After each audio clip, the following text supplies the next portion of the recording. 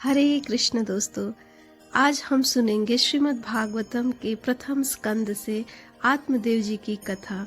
कर्नाटक में तुंगभद्रा नदी के निकट एक गांव था।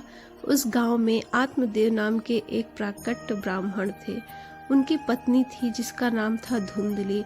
आत्मदेव जी के दुख का एक ही कारण था, पुत्र का न होना। उनकी निराशा का एक प्रमुख कारण यह भी था कि गांव के लोग उन्हें निःसंतान कहते और कहते कि निःसंतान का चेहरा देखना भी पाप है। हताश और निराश आत्मदेव शरीर परित्याग करने की मंशा से जंगल की ओर चल पड़े। जब वह जंगल में पहुंचे तो उनकी भेंट एक सन्यासी से हुई। उन्होंने उस सन्यासी से पुत्र के लिए याचना की। सन्यासी ने कहा, आत्मदेव जी, मैंने आपका भविष्य देखा है। आपको इस जन्म में तो क्या, अगले 7 जन्म में भी पुत्र का कोई योग नहीं है। परंतु मोहग्रस्त होने के कारण आत्मदेव को सन्यासी की कोई भी बात समझ में नहीं आई। जब वह पुत्र की मांग पर अड़े रहे तो सन्यासी ने अपने झोले से एक दिव्य फल आम निकाल कर दिया। सन्यासी ने कहा, यह फल अपनी पत्नी को खिला देना, तुम्हें पुत्र की प्राप्ति होगी। धुंधली को यह सोचकर रात भर नींद नहीं आई कि यदि फल खाने से शरीर भारी हो गया तो चलना फिरना दुष्कर हो जाएगा, और यदि जन्म से पहले ही मैं अटक गई तो कहीं मर न जाऊं। इस डर के मारे उसने फल गाय को खिला दिया। उसकी छोटी बहन जो गर्भवती थी और पहले से ही उसकी 6 संतानें थी, उससे अपना अगला संतान रख लेने का प्रस्ताव दिया। उसके बदले उसे कुछ धन देने का प्रस्ताव रखा। उसने वादे अनुरूप अपना बेटा चुपचाप धुंधली को दे दिया। उसका नाम धुंधली ने धुंधकारी रखा। उधर गौशाले में गाय ने भी बच्चे को जन्म दिया जिसका शरीर मानव का था, पर उसके कर्ण गाय के थे, इसलिए उसका नाम हुआ गौकर्ण। धुंधकारी बड़ा उत्पाती हुआ। वह जुआ खेलने लगा, मद्यपान करने लगा। प्रतिदिन आत्मदेव के पास शिकायतें आने लगी। आत्मदेव को सन्यासी की सीख याद आने लगी। हालांकि गोकर्ण बड़े संस्कार संपन्न थे। जब आत्मदेव ने धुंधकारी को समझाना चाहा तो उसने पिता पर हाथ भी चला दिया। पुत्र से पीटने के बाद आत्मदेव एकांत में बैठकर रो रहे थे। गोकर्ण ने पिता को समझाया कि आपके दुख का कारण पुत्र नहीं, पुत्र मोह है। आपने पुत्र से जो नाता जोड़ लिया है वही दुख का कारण है। ममता, मेरापन, मैं, पिता और मेरा पुत्र, यही दुख का कारण है। आत्मदेव ने वन प्रस्थान किया और भागवतम के 10वें स्कंद का ध्यान करते हुए शरीर त्याग कर बैकुंठ धाम को पहुंचे। आत्मदेव के चले जाने के बाद केवल माँ बेटे ही रह गए। अब धुंधकारी बड़ा ही चरित्रहीन हो गया।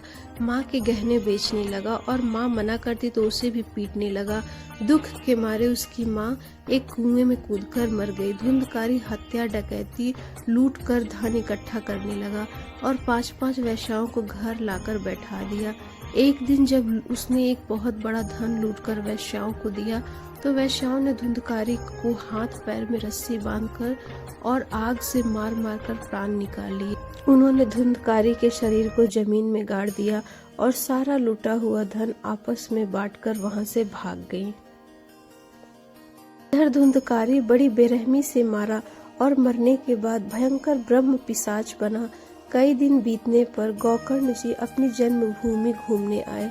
सायंकाल में संध्या उपासना कर ही रहे थे कि मेघ गर्जना सुनाई पड़ी, पर आकाश में मेघ ही नहीं थे। मेघ की तरह गर्जना करने वाले, कभी शेर की तरह दहाड़ने वाले और कभी हाथी की तरह चिंगार करने वाले ये कौन है?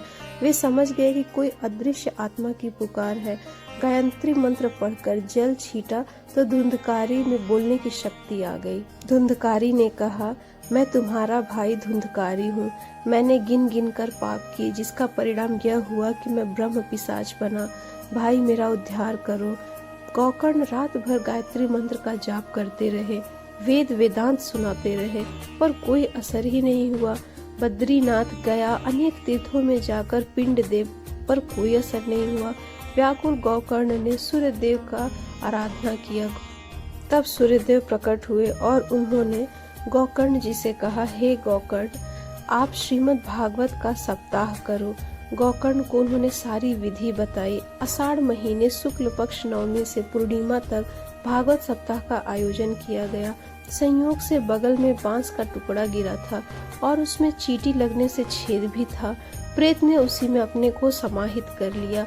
पहले दिन का पाठ हुआ तो एक गांठ फटी, लोग समझ न पाए कि क्या आवाज हुई।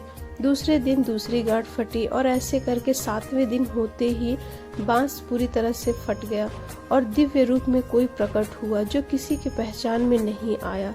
गोकर्ण जी ने सारी बात बताई। यह मेरा भाई था, महादुष्कर्म करने वाला पिशाच बना था। श्रीमद् भागवत की कृपा से पिशाच की योनि से छूटकर स्वर्ग चला गया। तब वहाँ पे उपस्थित सभी लोगों ने कहा, हे गोकर्ण महाराज, भागवत तो हमने भी 7 दिन सुना, फिर हमारे साथ ऐसा कुछ क्यों नहीं हुआ। तब गोकर्ण जी ने कहा, आप उस लगन और श्रद्धा से नहीं सुन पाए, इसीलिए आपकी वह दशा नहीं हुई। श्रावण महीने के शुक्ल पक्ष नवमी से पूर्णिमा तक अब दोबारा साप्ताहिक भागवत होगा। गोकर्ण जी की कृपा से ग्रामवासियों के आत्मा के कल्याण के लिए उन्होंने फिर से भागवत कराया और सभी का कल्याण हुआ। श्रीमद् भागवत की कथा निर्मोह होकर सुनने से ग्रामवासियों का भी कल्याण हुआ और सभी भगवत धाम को प्रस्थान हुए। दोस्तों, कैसी लगी आपको श्रीमद् भागवतम की यह कथा? हमें कमेंट करके जरूर बताएं। जय श्री कृष्ण।